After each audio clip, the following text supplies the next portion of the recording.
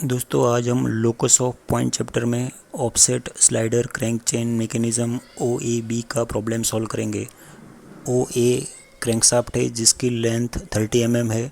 AB connecting road है जिसकी length 90 mm है। M पॉइंट AB पे है।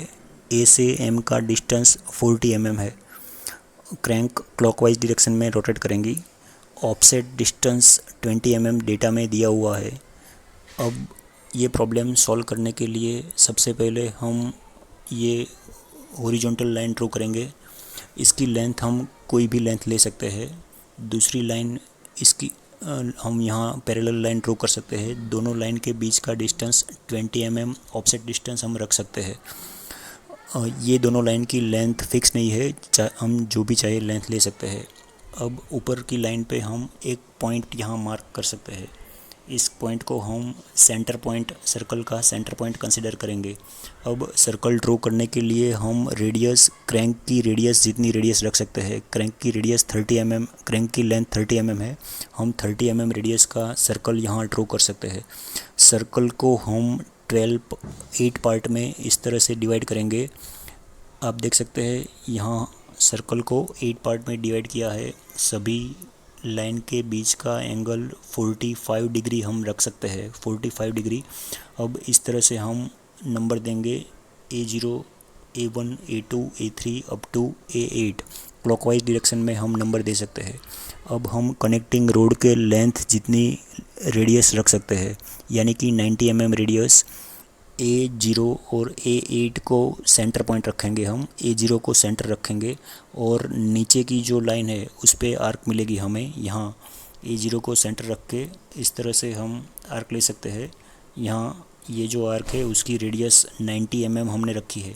अब A1 पॉइंट को सेंटर रख के हम ये A0, B0 और B8, A1 को सेंटर रख के और A7 को सेंटर रख के दूसरी आर्क ले सकते हैं।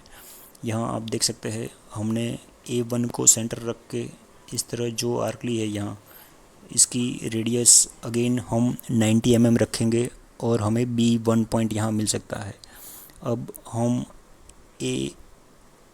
A0, B0 को स्ट्रेट लाइन से जॉइंट करेंगे। अब A2 पॉइंट को हम सेंटर रख A7 पॉइंट को सेंटर रख के हम आर्क लेंगे। यहाँ हमें इस तरह से आर्क मिलेगी। A7 को सेंटर रखने से उसको हम B7 पॉइंट कहेंगे। 90 mm रेडियस रख के हम A7 सेंटर रख के आर्क ले सकते हैं। B7 पॉइंट मिलेगा हमें यहाँ। A1, B1 हम जॉइंट कर सकते हैं।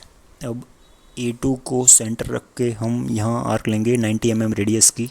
हमें यहाँ B2 पॉइंट मिलेगा। इस तरह A3 से A3 को सेंटर रख के हम आर्क लेंगे तो हमें B3 पॉइंट मिलेगा। हम A2, B2 पॉइंट को जॉइंट कर सकते हैं। अब A3, A4 को सेंटर रख के हमने आर्क ली है। A5 को सेंटर रख के आर्क ली है। A6 को सेंटर रख के हम आर्क ले सकते हैं। सभी आर्क की रेडियस 90 mm हम लेंगे। सेंटर पॉइंट 1 बाय 1 चेंज होगा। A0, A1, A2, A3 up to A8 centre point change होगा। हमें यहाँ B1, B2, B3, B4 up to B8 यहाँ इस तरह से पॉइंट हमें मिलेंगे। अब हम A1, B1, A2, B2 को जॉइंट करेंगे। A3, B3 लाइन को जॉइंट कर सकते हैं। A4, B4 पॉइंट को जॉइंट करेंगे। A5, B5 and A6, B6 को जॉइंट करेंगे। A7, B7 को जॉइंट करते हुए लाइन ड्रॉ करेंगे। अब हम सभी लाइन पे M पॉइंट का लोकस हमें फाइंड करना है, इसलिए AM is equal to 40 mm हम रेडियस सेट करेंगे। AM is equal to 40 mm। अब हम यहाँ आप देख सकते हैं A0 को सेंटर रख के A0, B0 लाइन पे हमें M0 पॉइंट मिलेगा। A1 को हम सेंटर रखेंगे और A1, B1 के लाइन पे हमें यहाँ M1 पॉइंट मिलेगा। A1 से M1 के बीच का डिस्टेंस 40 mm है, यानी कि 40 mm रेडियस की हमने आर्क ली है। A1 को सेंटर रख के A1, B1 लाइन पे हमने आर्क ली है।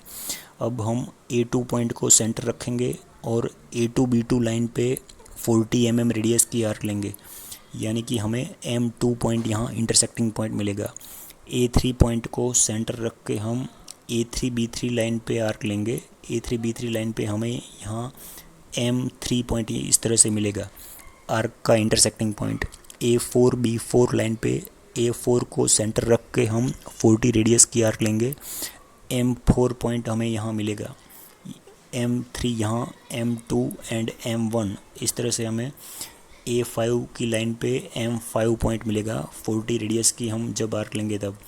A6 की लाइन पे M6 पॉइंट हमें मिल सकता है यहाँ, और A7 की लाइन पे M7। सभी आर्क के लिए हम रेडियस AM जितनी रखेंगे, यानी कि 40 mm रेडियस रख सकते हैं। अब हम ये जो पॉइंट है उसको M1 M2 इस तरह से मार्क कर सकते हैं, M1 M2 M3 M4 M5 M6 M7 M8। अब हम जो इंटरसेक्टिंग ये सब पॉइंट है उसमें से पास होता हुआ स्मूथ कर्व इस तरह से ड्रॉ कर सकते हैं। ये जो कर्वेचर शेप है उसको हम लोकस ऑफ पॉइंट M कहेंगे। इस तरह से हम offset slider crank chain mechanism में कनेक्टिंग रोड पे जो पॉइंट M है उसका लोकस फाइंड कर सकते हैं। धन्यवाद दोस्तों।